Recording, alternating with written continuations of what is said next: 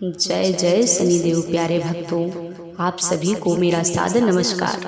प्यारे भक्तों, शनिवार का दिन न्याय के देवता शनिदेव का होता है।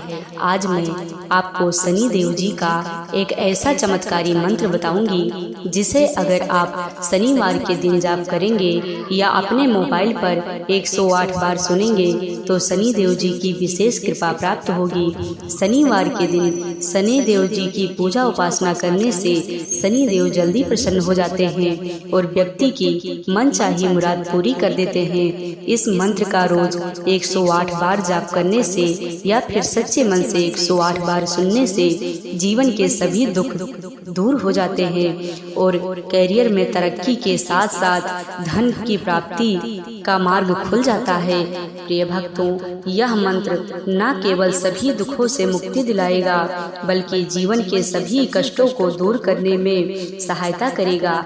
शनि संबंधित सभी दोषों के निवारण के लिए शनिदेव का यह मंत्र बहुत ही लाभकारी है।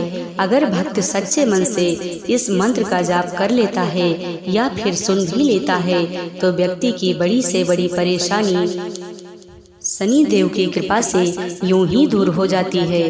प्यारे भक्तों, कुंडली में शनि की 7.5 की दशा चल रही हो तो चारों तरफ से दुख ही दुख होगा और शनि की दशा सही हो तो अपेक्षा से बढ़कर लाभ, सम्मान और वैभव की प्राप्ति होती है। प्रिय भक्तों, आइए इस महाशक्तिशाली शनि मंत्र को सुने।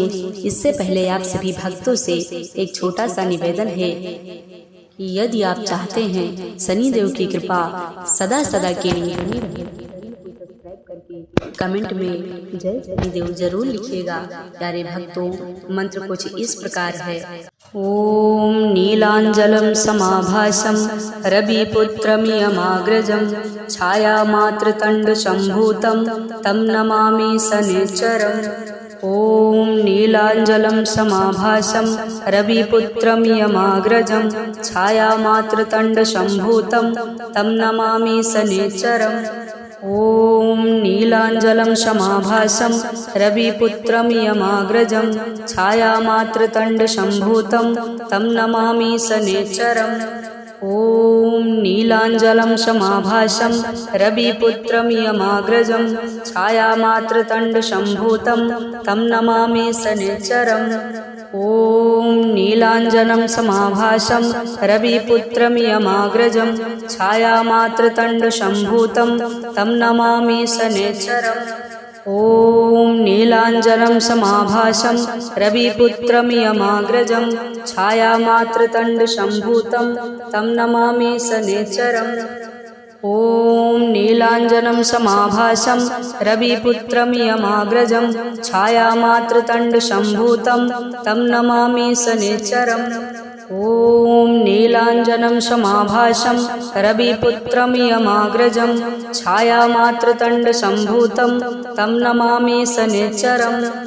ओम नीलांजलं समाभासं रविपुत्रमियमाग्रजं छायामात्रतंड संभूतं तं नमामि शनिश्चरम्। ओम नीलांजलं समाभासं रविपुत्रमियमाग्रजं छायामात्रतंड संभूतं तं नमामि शनिश्चरम्। ओम नीलांजलं समाभासं रविपुत्रमियमाग्रजं छायामात्रतंड संभूतं तं नमामि शनिश्चरम्। ओम नीलांजलं समाभासं रविपुत्रमियमाग्रजं छायामात्रतंड संभूतं तं नमामि शनिश्चरम्। ओम नीलांजलं समाभासं रविपुत्रमियमाग्रजं छायामात्रतंड संभूतं तं नमामि शनिश्चरम्। ओम नीलांजलं समाभासं रविपुत्रमियमाग्रजं छायामात्रतंड संभूतं तं नमामि शनिश्चरम्।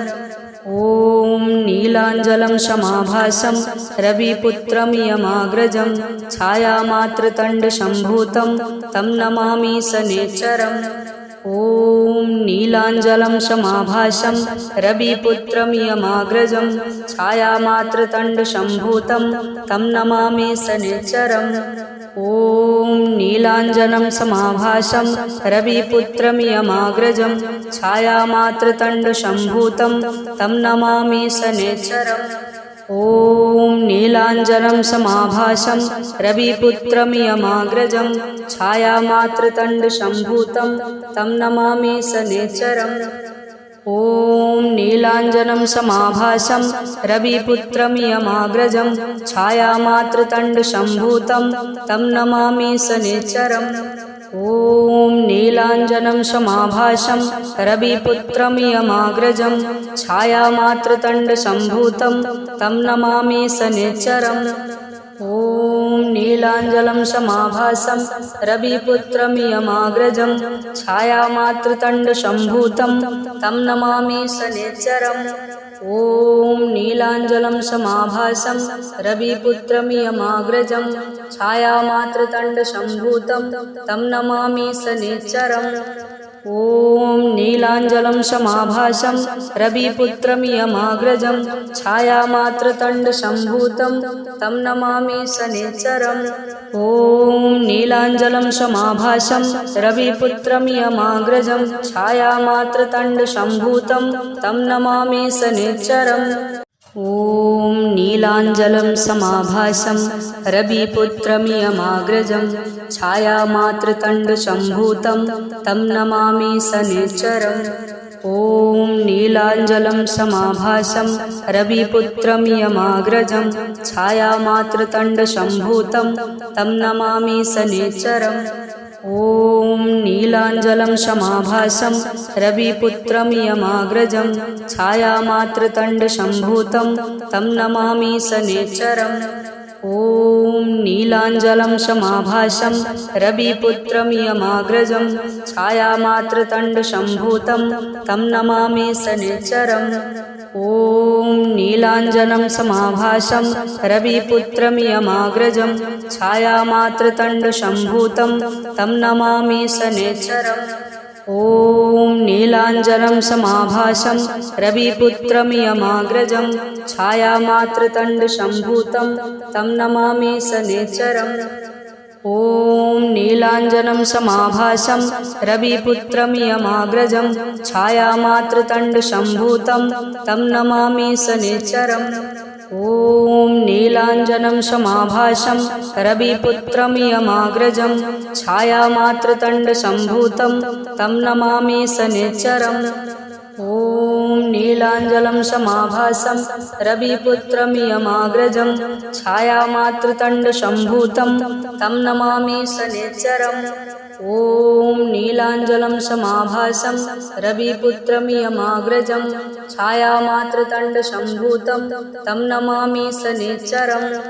ॐ नीलाञ्जनं समाभासं रविपुत्रं यमाग्रजं छायामात्रतण्डसम्भूतं तं नमामि शनैश्चरम्। ॐ नीलाञ्जनं समाभासं रविपुत्रं यमाग्रजं छायामात्रतण्डसम्भूतं तं नमामि शनैश्चरम्। ॐ नीलाञ्जलं समाभासं रविपुत्रं यमाग्रजं छायामात्रतण्डसम्भूतं तं नमामि शनैश्चरम्। ॐ नीलाञ्जलं समाभासं रविपुत्रं यमाग्रजं छायामात्रतण्डसम्भूतं तं नमामि शनैश्चरम्। ॐ नीलाञ्जलं समाभासं रविपुत्रं यमाग्रजं छायामात्रतण्डसम्भूतं तं नमामि शनैश्चरम्। ॐ नीलाञ्जलं समाभासं रविपुत्रं यमाग्रजं छायामात्रतण्डसम्भूतं तं नमामि शनैश्चरम्। ॐ नीलाञ्जनं समाभासं रविपुत्रं यमाग्रजं छायामात्रतण्डसम्भूतं तं नमामि शनैश्चरम्।